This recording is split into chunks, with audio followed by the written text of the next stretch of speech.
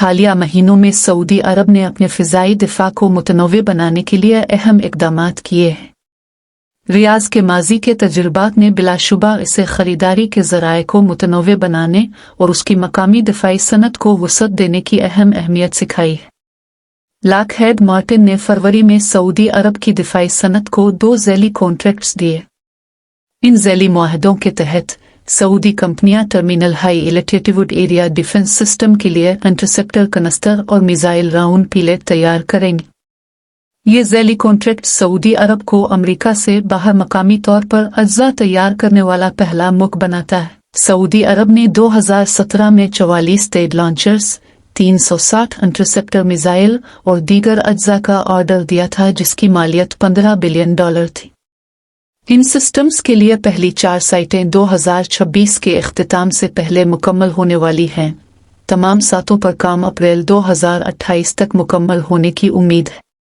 ان systems کے حصول سے ریاض کی بیلسٹک میزائلوں کو روکنے کی صلاحیت میں اضافہ ہوگا، جس کے استعمال میں تیزی سے غیر مستحکم خطے میں نمایاں اضافہ ہوا ہے۔ تاہم اس کی سپلائی چین کے لیے سسٹمز اور پرزہ جات کا حصول ریاض کی جانب سے حال ہی میں دستخط کردہ واحد اہم معاہدہ نہیں ہے۔ جیسا کہ فروری میں انکشاف ہوا، سعودی عرب نے نومبر میں جنوبی کوریا کے ساتھ 10 بلاک 2 درمیانے فاصلے تک مار کرنے والے فضائی دفاعی نظام کے لیے $3.2 بلین کا معاہدہ کیا، جو ہوائی جہاز کے علاوہ بیلسٹک میزائلوں کو بھی روکنے کی صلاحیت رکھتے ہیں۔ جنوبی کوریا ٹیکنالوجی فراہم کرتا ہے۔ اس کے ہتھیاروں کی فروخت کے ساتھ ساتھ منتقلی اور دیگر انتظامات۔ اپنی دفاعی صنعت کو تقویت دینے میں سعودی دلچسپی کے ساتھ، یہ کوئی تعجب کی بات نہیں ہے کہ معاہدے کا اعلان کیا گیا، کیونکہ ریاض اور سیول نے دفاعی تعاون پر مفاہمت کی ایک یادداشت پر دستخط کیے تھے۔ یادداشت کے تحت وہ دونوں ممالک کے درمیان وسط سے طویل مدت میں دفاعی صنعت اور دفاعی ٹیکنالوجی کے تعاون کو مزید فروغ دینے کے لیے ایک کمیٹی قائم کریں گے۔ مزید برآں، وہ ضروری شعبوں میں تحقیق اور ترقی کریں گے، جیسے کہ مشترکہ تحقیق اور ترقی اور ہتھیاروں کے نظام کی تیاری۔